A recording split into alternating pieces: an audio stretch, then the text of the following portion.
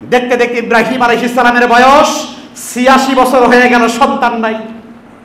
মনের ভিতরে বড় দুঃখ, আল্লাহ আমি নিঃসন্তান, আমার একটা সন্তান দরকার, আমি তোমার কাছে চাই। তিনি আল্লাহ রাব্বুল আলামিনের কাছে দোয়া করলেন, রব্বি হাবলি মিনাস সালিহিন, আল্লাহ তুমি আমাকে একখান নেককার সন্তান দান করো, আমাকে একজন নেককার সন্তান দান করো।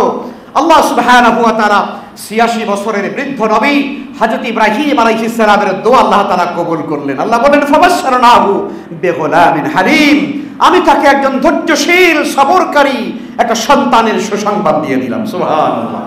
আল্লাহ তাআলা তাকে দিলেন। বিবি হাজরা তার স্ত্রী হাজরার গর্ভে চলে আসলো, শিশু ইসমাইল এই পৃথিবীতে আগমন করলেন। একজন বৃদ্ধ বাবা ৮৬ বছর, এবং যাদের বৃদ্ধ অবস্থায় বয়স হয়ে গেলে পরে যাদের সন্তান হয়, এই সন্তানের জন্য কিন্তু মায়া বেশি থাকে। কথা বলেন না কেন? এই সন্তানের জন্য কিন্তু বেশি মহব্বত থাকে। ইব্রাহিম আলাইহিস সালাম যখন সন্তান পেলেন, এত মায়া হারে এই ফুটফুটে সন্তান, আল্লাহ তাআলা তো জানেন তোমার এই সন্তান কি আগামীতে নবী হবে। সুবহানাল্লাহ। কিন্তু এই সন্তান জন্মের পরে আল্লাহ তাআলা বললেন, তাকে তুমি নিরুদ্দেশে মরুভূমিতে রেখে আসো, নির্বাসনে দিয়ে আসো। ইব্রাহিম আলাইহিস সালাম মুহূর্তের মধ্যে তিনি সিদ্ধান্তে রাজি হয়ে গেলেন। সুবহানাল্লাহ। তিনি তার স্ত্রী হাজরা আলাইহিস সালাম এবং তার পুত্র ইসমাইল, শিশু ইসমাইলকে সেই মরুভূমির ভেতরে, আজকের যেখানে মক্কা, আজকের যেখানে কাবা, আজকের যেখানে আবে zamzam কূপ, এই জায়গাতে তাদেরকে রেখে তিনি চলে আসলেন। আসার সময় বললেন, রব্বুল আলামিন, আমার কলিজার টুকরা সন্তানকে আমি মরুভূমিতে রেখে যাচ্ছি তোমার হুকুমে, তবে আমি একটু দোয়া করতে চাই। রব্বানা ইন্নী আসকানতু মিন যুররিয়াতি বিওয়াদিন গায়রি জি যারইন ইনদা বাইতিকাল মুহাররাম রব্বানা লিয়ুকিমুস সালাহ। সুবহানাল্লাহি ওয়া বিহামদিহি। আল্লাহু আকবার। ইব্রাহিম আলাইহিস সালাম আল্লাহর কাছে বললেন, আল্লাহ গো, তোমার হুকুমে রেখে যাচ্ছি, আমার কোনো দ্বিমত নাই, আমার কোনো সন্তুষ্টি নাই, তবে আমি দোয়া করি তোমার কাছে, রব্বানা ইন্নী আসকানতু মিন যুররিয়াতি বিওয়াদিন গায়রি জি যারইন। আল্লাহ তুমি তাকিয়ে দেখো, আমার পরিবার, আমার স্ত্রী, আমার সন্তানকে আমি এমন একটি জায়গায় রেখে যাচ্ছি, যেই জায়গাটি হলো জনমানবহীন, বৃক্ষলতাহীন, গাছপালাহীন, তরুলতাহীন, এখানে কিছুই নাই, কোনো বসতি বস্তি নাই, এমন একটি নির্জন মরুভূমিতে আমি আমার পরিবারকে রেখে যাচ্ছি। আল্লাহ তুমি একটু দেখো। আল্লাহ তাআলা বলেন, যখন ইসমাইল দৌড়াদৌড়ি করতে শুরু করলো, কেমন বয়স যখন তার এতটুকুন হলো, ৩-৪ বছর যখন হয়ে গেল, হাঁটাহাঁটি শুরু করলো, দৌড়াদৌড়ি শুরু করলো, তখন আল্লাহ রাব্বুল আলামিন আরেকটা পরীক্ষায় তাকে ফেললেন। সুবহানাল্লাহ বলেন। আল্লাহ তাআলা কোরআনে কারীমে সূরা সাফাতের মধ্যে বলছেন, ফালাম্মা বালাগা মাআহু সা'য়া ক্বালা ইয়া বুনাইয়া ইন্নী আরা ফিল মানাম। আল্লাহ তাআলা বলেন, যখন শিশু ইসমাইল বাবার সঙ্গে দৌড়াদৌড়ি করার, পরিশ্রম করার, একটু টুকটাক কাজ করার, আমার এটা নিয়ে আসো, এটা ওখানে রেখে আসো, এইরকম কাজ করার মতো যখন বয়স হলো, দৌড়াদৌড়ি করতে পারে, আল্লাহ তাআলা বলছেন, তখন ইব্রাহিম আলাইহিস সালামকে আল্লাহ তাআলা স্বপ্নে দেখালেন যে তাকে জবাই করো, তাকে কোরবানি করো। তখন তিনি স্বপ্নে বারবার দেখার পরে তিনি তার সন্তানকে বললেন, দেখুন কি কলিজার টুকরা সন্তান, আহারে জন্মের পরে তাকে রেখে আসলাম, মরুভূমিতে রেখে আসলেন, সেখান থেকে আবার আল্লাহ তাআলা আরেকটা পরীক্ষায় ফেললেন, এখন এই কলিজার টুকরা সন্তানকে জবাই করতে হবে। আল্লাহু আকবার। এই কলিজার টুকরা সন্তানকে কি করতে হবে? কুরবানি করতে হবে আল্লাহর রাহে। সুবহানাল্লাহ। আল্লাহ তাআলা কোরআনে কারীমের মধ্যে বলছেন, ইব্রাহিম আলাইহিস সালাম তিনি তার সন্তানের কাছে গিয়ে বললেন, ইয়া বুনাইয়া, হে আমার প্রিয় বৎস, ইন্নী আরা ফিল মানাম, আমি তো স্বপ্নে দেখেছি, আন্নী আযবাহু, তোমাকে জবাই করছি, ফানজুর মাযা তারা, এখন তোমার মত কি বাবা, বলো তোমার মত কি? আমি দেখেছি, আল্লাহ আমাকে দেখিয়েছেন, আমি দেখেছি তোমাকে জবাই করছি।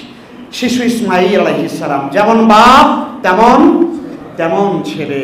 সুবহানাল্লাহি ওয়া বিহামদিহি। ছেলে বললেন, ইয়া আবাতি ফাআল মা তু'মার সাতাজিদুনি ইনশাআল্লাহু মিনাস সাবিরিন। জোরে কর না সুবহানাল্লাহ।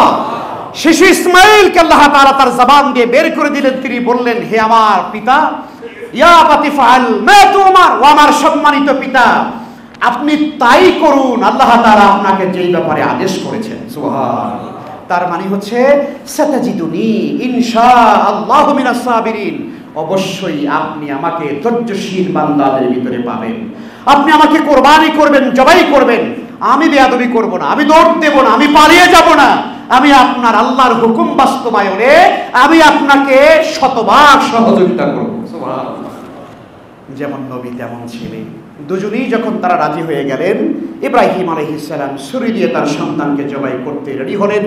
ছুরি চালিয়ে দিলেন গলার উপরে। তিনি কিন্তু অপেক্ষা করেন নাই যে ঠিক আছে ছুরিটা ধরে রাখি, দেখি আল্লাহ তাআলা এখনো তো বলতে পারে যে ঠিক আছে আর লাগবে না। না, আল্লাহর নবী হযরত ইব্রাহিম আলাইহিস সালাম সন্তানের গলার উপরে ছুরি বসিয়ে দিলেন।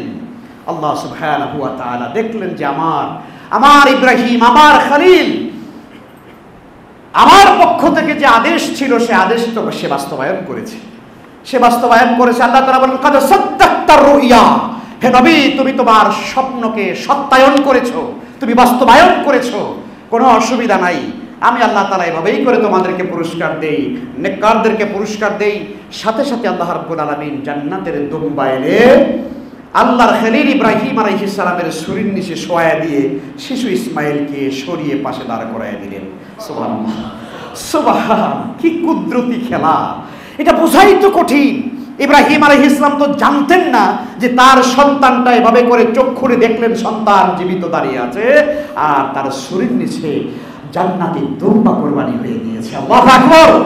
সম্মানিত হাজিরিন, এখান থেকেই শুরু হলো কুরবানির ইতিহাস। দেখুন, ইব্রাহিম আলাইহিস সালাম তিনি কি পশু জবাই করেছিলেন নাকি সন্তান? সন্তান। তিনি কিন্তু জবাই করেছেন সন্তান। তার মানে হচ্ছে আমাদের কোরবানির মূল সূচনা হলো সন্তান জবাই করা। কিন্তু আল্লাহ তাআলা দয়া করে সন্তানকে তিনি হেফাজত করেছেন। তাহলে তো পৃথিবীতে মানুষ থাকবে না, মানুষের যে বংশ পরম্পরা এটা বন্ধ হয়ে যাবে, পৃথিবীতে মানুষের আগমন বন্ধ হয়ে যাবে। না, আল্লাহ এটা করতে পারেন না। কিন্তু আল্লাহ তাআলা পরীক্ষা করলেন যে আমার ইব্রাহিম তিনি আমার সিদ্ধান্তে রাজি আছে কিনা। জোরে বলুন সুবহানাল্লাহ। আল্লাহ তাআলা ইব্রাহিম আলাইহিস সালামকে বললেন যে তুমি তোমার সকল পরীক্ষায় তুমি কামিয়াবি হয়েছো। ওয়া জাইলুকা লিন-নাসি ইমামা, আমি তোমাকে গোটা মানব জাতির ইমাম বানিয়ে দিলাম। সুবহানাল্লাহ।